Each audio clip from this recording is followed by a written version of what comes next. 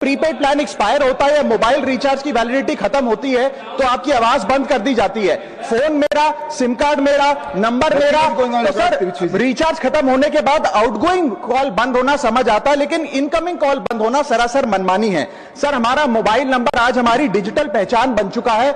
Essential communication जैसे कि UPI payment, banking OTP, train ticket OTP, PAN Aadhaar authentication, interview का call, hospital का call, मां बाप का गांव से कॉल, तमाम चीजें इनकमिंग कॉल और इनकमिंग एसएमएस से आती है और वो इसलिए बंद कर दिया जाता है कि इंसान एक रिचार्ज कराना भूल गया। सर इनकमिंग कॉल बंद करना is not stopping of a service, ये हमारे राइट टू कम्युनिकेशन को स्टॉप करने जैसा है। सर जैसे आपका आधार कार्ड इसलिए एक्सपायर नहीं हो जाता कि आपने डिटेल अपडेट नहीं करी, या आपका बैंक का खाता इसलिए बंद नहीं हो जाता कि आपने मंथली डिपॉजिट जमा नहीं किया, या आपका वोटर आईडी इसलिए सस्पेंड नहीं हो जाता कि आप एक चुनाव में वोट डालना भूल गए। ठीक उसी तरह आपका मोबाइल नंबर इसलिए सस्पेंड और डीएक्टिवेट नहीं होना चाहिए कि आप एक रिचार्ज भूल गए। सर मैं सदन में फ्री आउटगोइंग की मांग नहीं कर रहा, फ्री डेटा की मांग नहीं कर रहा, लेकिन इनकमिंग कॉल फैसिलिटी की गारंटी होनी चाहिए। मेरी 3 स्पेसिफिक मांग है। पहली, प्रीपेड मोबाइल कनेक्शन में इनकमिंग कॉल और इनकमिंग एसएमएस कम से कम 1 साल तक कंटिन्यू रहे, चलता रहे from the date of the last recharge, ताकि एसेंशियल कम्युनिकेशन चलती रहे।